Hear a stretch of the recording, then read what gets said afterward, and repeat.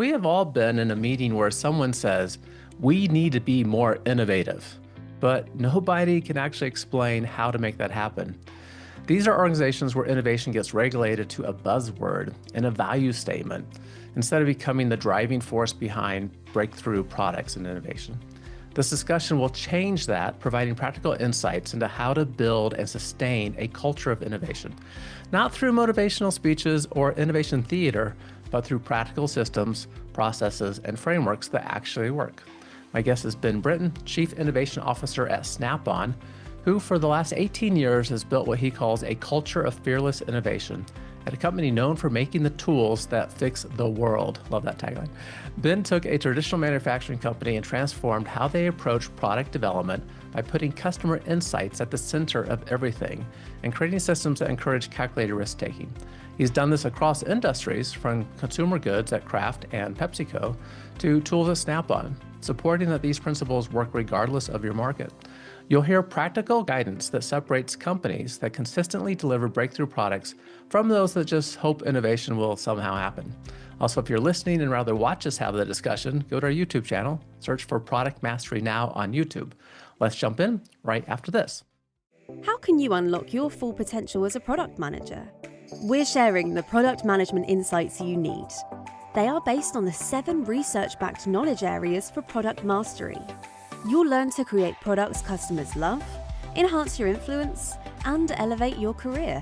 Welcome to Product Mastery Now, hosted by Dr. Chad McAllister, product management professor, practitioner, and your guide. Ben, thank you so much for joining us. Thanks for having me. I know we've talked, it's been a few years ago. I think we had another conversation, but great to catch up again. Yeah, you were a guest back in 2017, and we were just bantering a little bit before we started recording. This has been my most anticipated follow-up. I've really wanted the opportunity to get back together and talk again to see how innovation has been evolving there, how you still think about innovation. Let me dive into the culture aspect first. You joined Snap-on in 2007 to create this culture of fearless innovation. So after nearly 2 decades now, what does that culture look like at Snap-on? I think the main shift for us, and I was hired by our previous CEO and Jack Michaels. Nick Pinchek has been our CEO for, I guess, probably 17 years now. And he's kind of continued this idea of really making sure that we keep our end user, our customer, kind of the center of everything that we do. And that really includes innovation and driving new products through going out, making sure we spend time with our end users and our customers. And I'll talk about that more later. But I think the key thing to kind of shifting the culture was making sure first that people were okay with that, right? All the folks that were in product management and engineering, at the time I came in, many of them thought they knew more than the end user. They thought they knew more about the products than the customer, which was probably true to some extent, but they didn't really understand the needs that our customers had. And that was really what we tried to shift. And we've been quite successful in getting people out and really believing in this idea of getting out into the field, watching customers work, understanding how they use our products. And our products span a big gap. It's easy to talk about the hand tools, which seem pretty obvious, and tool storage and power tools and things like that. But we also sell a broad array of shop equipment, tire changers, wheel balancers, alignment machines, brake lathes, as well as a large number of software products. So we sell software to help everybody run their small shops, business management software, marketing software, repair information software, estimating software. So a big piece of our business is really electronics and software as well. And that, of course, in those kind of businesses is extremely important to understand what's the latest and greatest going on with our end users. How are they using the product? And really, how has the shop environment changed over that time? Yeah, absolutely. Okay, so going beyond those initial needs of just the physical tools, perhaps, when we think of like the classic shop or the maintenance automotive shop or the tire shop, to really expanding that into more of a whole product. What is that shop owner all about? What do they need to accomplish? And thinking about that longer. That's great. The thing that did stand out to me most when we first talked was you shared, at least as I recall this in my brain, the way that we approach innovation is I am out in the field 4 days a week with customers, and I bring people at Snap-on along with me. Is that still going on? What does that look like? Yeah, so interesting. Since we talked before COVID, Right. I travel all the time. I'm probably in the office about 2 days a month, to be honest. The rest of the time, I'm either talking to internal customers or external customers all over the place. We run some of our businesses out of Kenosha, where my office is, but we have people doing product development and customers all over the world. I guess 3 weeks ago, I was in UAE and Abu Dhabi and Dubai talking to aviation customers. A week before that or so, I was in Slovenia and Italy, and maybe I'll be out in San Diego, I guess, in a couple of weeks because we run some software development out of there. So really, we are a global company. We have Mhm. end users all over the globe, but we also have people doing product development, product managers, software developers, software engineers, mechanical engineers, electrical engineers, spread out at a number of different facilities all over the US and all over the globe. And part of our job is to go out and spend time with them and making sure they go out. Earlier this year, just to give a quick example, we do a lot of software development out of Cluj, Romania. And I don't know, we probably have 150 plus software engineers that work there. And none of them had really been out and visited shops before. So we spent a couple days in country. We did some presentations on who is the end user, who are you actually developing for. Some people may not think that's important because I'm just writing code, but we think it's absolutely critical that the people that are doing the product development understand our end user. What's the work environment that they have? What are their day-by-day struggles with the products that we provide? And so they write a lot of code, diagnostic software. We went out and spent the next couple of days taking different groups into repair garages and talking to them about everything that was going on. Of course, they may talk about a hand tool, I mean, like a screwdriver 1 minute, they may talk about software the next, or a diagnostic tool the next, or about their inability to get parts, which is a problem maybe we can't solve. But I think just seeing that work environment really kind of, when you sit behind a desk all day, it's a very different place to be in a real Right. shop where real work, I guess, is going on. So that's just part of what we do. And really, we try to instill that into everybody who's kind of touching one of our products, that they at least get some time each year, ideally as much as possible, but at least a few times a year where they get out and interact with our end users. Excellent. Yeah, yeah. One of the reasons I was so anxious to talk again with you about this is that has been my history has been very customer-centric approach to innovation, right? Understand what the customer's unmet needs are, appreciate their environment. And when I was leading software product projects, I loved that opportunity to try to get the computer programmers out, the software developers out to see what the customer is actually like in their environment. It gives us a better appreciation and it combats that thing that you were asked to join Snap-on originally with, which is we think we're the experts on how our products should be used. It's like, well, let's talk to who's actually using them because there's Mhm. probably some gaps in our knowledge actually, right? Yes. And an interesting story we think about over the last 5 years, I guess, sort of the pre-COVID and post-COVID, which I don't know exactly when it ended, but I do remember when it began. I came back from a business trip on March 15th of 2020, didn't travel again until June 15th. And then after that, I was pretty much on the road every week. A little bit strange at times. Oftentimes, you'd be one of the only people in a hotel. But what we found was that we tried to do things online, basically via phone call, via Zoom, interviews with our end users. And I guess the reality was almost all their answers appeared to be highly curated. It just Mm, didn't feel as honest as when we actually met with them in person. Because although this work may seem difficult to actually go and spend time and setting up the recruits and going and physically visiting a shop, we find the results much, much more effective than if we just call people up or just do a survey or just try to interact with them with a one-on-one interview on the phone. Again, what I was finding is I think they're so used to kind of curating what they do on social media that they were doing the same thing in the interview. And pardon the language, but there was a certain bullshit alarm kind of going off at right. times where like, I've talked to this person before, or I kind of know the kind of shop they work in. The story they're telling just doesn't match the reality. So as soon as we were able, which again was really mid-June of 2020, we got right back out there and really made sure we were out with our customers. I guess we were fortunate that the government basically viewed our business as being a critical industry, as something that was essential, and people had to keep fixing cars and trucks and airplanes and everything else. So our customers stayed busy and we stayed busy interacting with them. So we still think this is absolutely critical to everything that we do, not just to get initial insights. So not just to understand, oh, kind of what's the basic need of an end user, or what do they think about this product or that. We also use it to go out and evaluate prototypes. So we do a lot of Mm. prototyping, everything from words on paper to what we'll call like full color renderings, where we sketch something out and describe it a little bit, to very early 3D prototypes, perhaps carved out of foam, then 3D printed, then 3D printed with a little better texture and painted up, to fully functioning prototypes. And throughout the process, one of our goals is to make sure that we constantly check in with the end users, because we may have an insight that says, hey, go do this. What we need to make sure is that whatever we develop, that physical product or piece of software, actually is delivering against what they ask for. It's really easy to kind of have, hey, a core idea that you're starting to do, and then as you do development, you start to weave a little bit off course, and the product ends up not delivering exactly what was Mm. initially asked for. So one of our core tenets is making sure not just to check with end users and customers up front, but to check with them throughout the innovation process.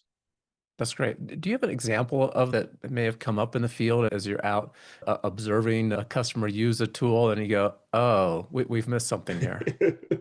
I'll give two examples. One that's been out for a number of years now. We developed a new toolbox series called the Epic, which is kind of our top of the line. And we were basically, we had some industrial designers working on it, and they created a laptop hatch in the top.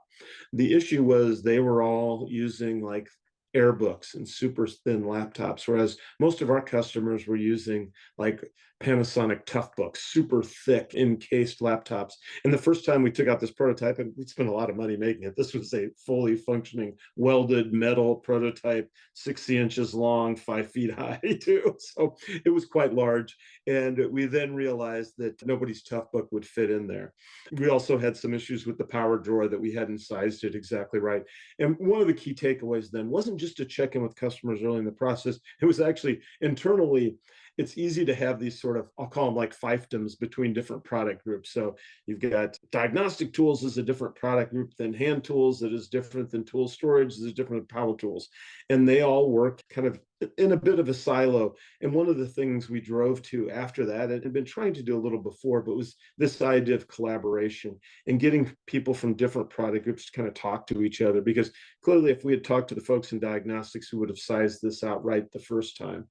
Another kind of fun example, a number of years after I started, we launched the 80 tooth ratchet, and we've got 100 tooth now. But the idea was this, basically allowing super fine movement within a ratchet so you could have better access. One of the biggest complaints we get from end users is this idea of access. Cars and planes in general were not built to be taken apart. They were built to be assembled. So you're trying to remove as little as possible, so the tighter space you can get into, the better. So we had developed this ratchet, so it had a very small swing arc, for lack of a better term, but so it could fit into a very small space. And one of the concerns that end users had was that, well, would it be as strong? Maybe it's going to be weaker because it's got more teeth in there. They're not as big. And we ended up developing an entire ad campaign that talked about the strength of the ratchet. And you might think, well, that seemed like a good idea, but actually it missed the point, because then instead of advertising the true benefit, which was accessibility, we advertised about the strength of the ratchet. And everybody's, well, Snap-on ratchets are already strong. They're already guaranteed for life. They never break. So it really confused our end user. We then stepped back and said, well, okay, that's we should make sure they understand it's just as strong, but the core message should be about this accessibility, about being able to get into tight spaces, about this idea of efficiency and productivity and being able to do your job faster.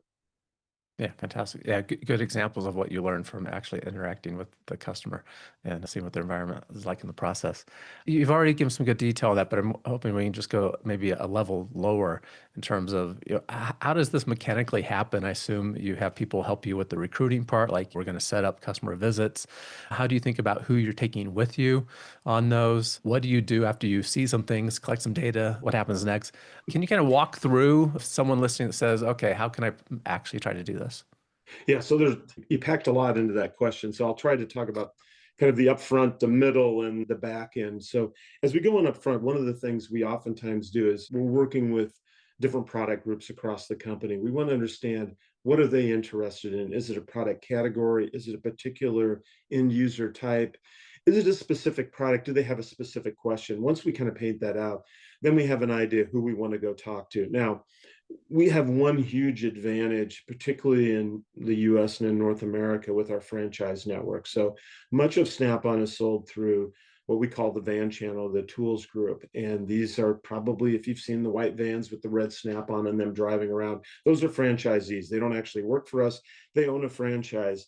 They go and visit customers every single week. They probably visit 50 to 60 shops and 200 to 300 different customers, and everything from a small engine repair to motorcycle repair to automotive dealerships to independent automotive to aviation. And we also have an industrial sales force that calls on aviation MROs. And because they're there so often, it gives us a channel in, right? Instead of having to have a recruiting agency go out, we can often tap into our connections. But basically, we have connections with well over 1 million technicians in the US. And they actually like our brand, and they're pretty willing to let you come into their workplace. And the reality is, And sorry, most, Ben, most just to be clear yeah. on this, that they actually like our brand, it seems to be an understatement from what I have discovered, right? That there's people getting tattoos of Snap-on tools because they love this brand and how it's helped them. But yeah, please Yes, continue. yes. You have good contact They with love our customers. brand, and they're a lot of brand enthusiasts. So, and really, it is particularly in the automotive, heavy duty aviation worlds of repair. It's a badge of honor to own Snap-on, and a bit of a sign that you've made it. We are a Mm. super premium product. I probably should have said that up front. There are a lot of products like ours out there, but not built the same way, not designed for professionals. We design and build our products for professionals. And most of our hand tools, all of our hand tools, are guaranteed for a lifetime. Really, no questions asked in most cases. So we're a super premium product designed specifically professional users, not for DIY. So again, the people that use our brand pretty much do love our brand. They know the brand well, and oftentimes they have very strong opinions, so they want to talk to you about it. Shop owners are proud of their shops. They love to come in and show you around. Technicians are proud of their toolboxes. They're very proud of the work that they do. It can be a little bit strange to come in and start asking them specific questions about a diagnostic scan tool or a screwdriver, because that's not their usual day, but they quickly fall into their routine work. So if you want to watch them work, they Right. may change behavior for 5 or 10 minutes, but they've got to get the job done. So they'll quickly fall back into their routine of just doing their work, getting the work done. And usually they're pretty open to asking a few questions as you go along the way. So we really have had great success getting access into shops. We provide some incentives, typically a hat or a pair of sunglasses or something branded Snap-on. Again, when the brand is strong, you're able to get a lot by offering up some swag as it is. So once we do that, though, one of the critical things we found from sort of a process standpoint is, we want to go in with a discussion guide, but we don't want to be kind of married to it. It's just a guide. That's one thing we constantly have to train people is, go in with the guide, but go with the flow of what people are telling you. Make sure you're actively listening. And that's one of the key skills we really try to train, is this idea of actively listening. Listen to what people are really telling you, look around and observe, and bring that all together. Don't just sit there and stare at a questionnaire. We also almost always work in groups of three, typically one person sort of asking the question, one person stepping back a ways and taking notes, and another person who's kind of looking around and doing photography or videography if we decide to do that. Also, we've done so many of these. We found that most customers have sort of a sweet spot of about 45 minutes where they will tolerate you visiting them. And that's probably true from the back in the world of when I was in the food days and we'd visit someone in their home. After about 45 minutes, you get the vibe that either in a shop, the boss is getting antsy, or at home, people start thinking they've got dinner to make or Mhm. something else to do. Some people it's 30 minutes, some people can talk a lot and it's an hour, but 45 minutes tends to be the sweet spot. So one of the key things we do after that is then debrief. But the most important thing is we then try to bring this to life with the pictures, with real life quotes, with the insights that we gathered. So all of that's kind of put into summary documents that we put out for the folks who aren't able to get out into the shop, because out of the group of maybe 10 engineers, maybe 2 will be out with us for that particular project. Right. Another 2 might be out on the next project. We want to be able to bring it to life for the entire team.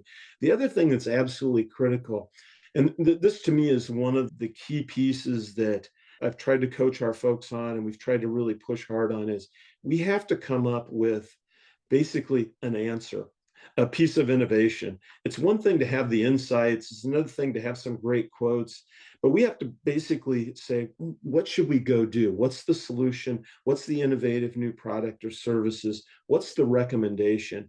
And that's probably where some of the hardest work comes in, is you can go out and gather these insights, but if you don't understand the product well enough and the end user well enough, you can't bring that all together and, well, understand the business, I guess, as well, and to make a business case out of it.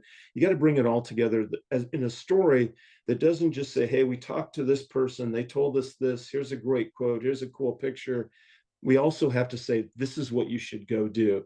And here's the fairly hard-hitting recommendation. I think without those hard-hitting recommendations, we wouldn't have had the growth that we've had over the last really 17, 18 years. And I tell people there's always folks within the organization that kind of poo-poo doing this. Most folks come along. There's a few that are going to be skeptical, particularly as we buy new companies. And I say, look at our top line results. Just a quick side story. I got a note from one of our engineers in a company we bought, I guess it was probably about 6 years ago, called Norbar. It's a torque company out of the UK and Banbury, England. And he sent me a very nice note saying, when you came in, we thought we knew everything about our end user and how to do innovation. We sort of realized we really didn't know innovation. We were just listening to what sales folks were telling us. And we ended up changing our mindset and actually being able to deliver some successful new products, which they have. So one of the fun things for me is we're always getting new companies and new people. So there's always someone new to kind of bring on board and to teach and to bring up to speed. Yeah, absolutely. Along with mechanics, just a little bit, that was very helpful. Though one follow-up question was, as you're thinking about who to bring with you, have you Yeah. found like leaning into we bring our most influential engineers because they're going to have more drive with the rest of the team, or are you really trying to spread this out so everyone has an experience with the customer? Yeah, so it's a little bit of both. And if I think back over the history, early on, it was much more bring along the people who were ready to drink. It was Mm, bring along the people who had influence, but also who kind of knew this was the right thing to do. Now we really try to spread it out. So one of our businesses, I'll just talk about briefly, but is Mitchell. It's out in San Diego. It's a software business by and large. It does repair information as well as estimating software, shop management software, marketing software, some of the things I talked about earlier. We routinely do work with them every quarter. It's not project related. They take all their new hires and we do a little bit of it's about an hour of training. Then we spend about a half hour talking about logistics, who we're going to go visit. We give them some helpful tips about don't talk about politics or sports or sex, drugs, and rock and roll, because these are all derailer conversations. And if people start talking about that, just bring them back to the topic at hand. So we give them some light training and we set them up in teams and we have pre-recruited shops for them. The next day they go out and visit usually 3 shops in the morning, and then we get together in the afternoon. We kind of debrief that, and all the key product managers from the company come in and listen to the debrief because they want to hear like, okay, what's the takeaway? But really, we focus on the new folks. There's a few people who are like frequent flyers that like to go every time that come along, but most of the time it's new hires who have never been into a shop environment. Oftentimes, again, they have a background in computer science, very familiar with working on computers, but not so familiar with the work environment. So hopefully that answers the question. But the other thing we try to do, if it's project specific, we do try to get people from different functions within the project. So there may be project management, there may be engineering, there may be marketing folks. We try to get a mix from across that. Whoever's kind of interested in going finance occasionally and legal will be interested as well, depending on the project.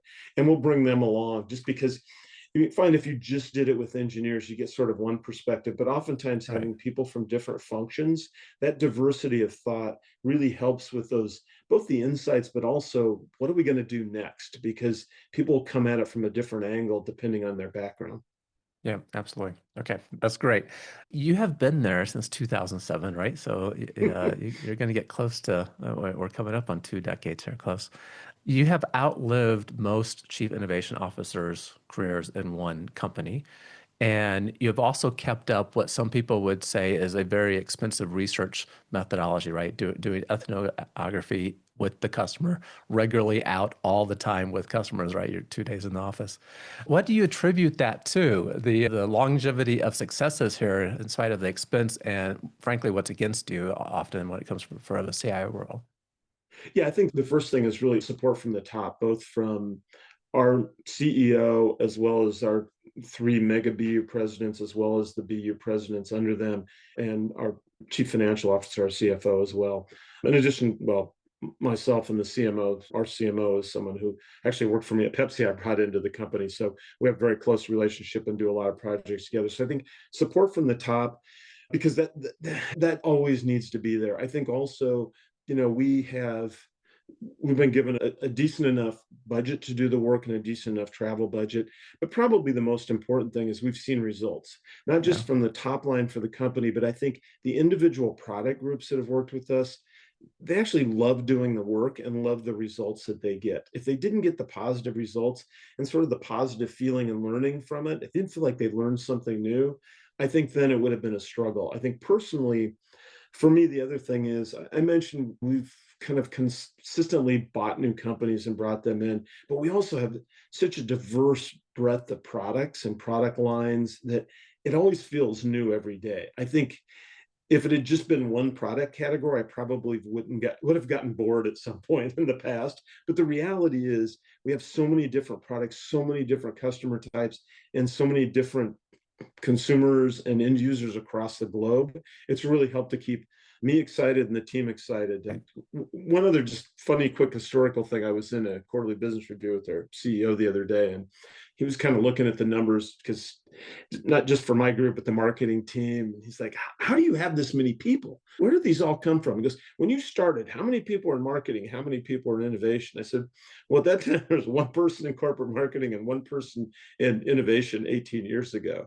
And I think that actually helped with our success because we sort of built up slow. We built up a team based on success. We didn't start with whatever 30, 40 people that we may have now across those groups. We started with just two of us and then gradually added people as it made sense and as we needed to. And I think that kind of helps from having a target on your back as this sort of corporate function that has a bunch of people in it.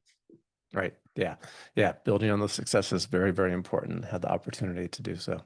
Fantastic information about what has worked. And I often use our previous conversation with people because I don't know if you would express things this way or not. People think about innovation being as exceptionally complicated.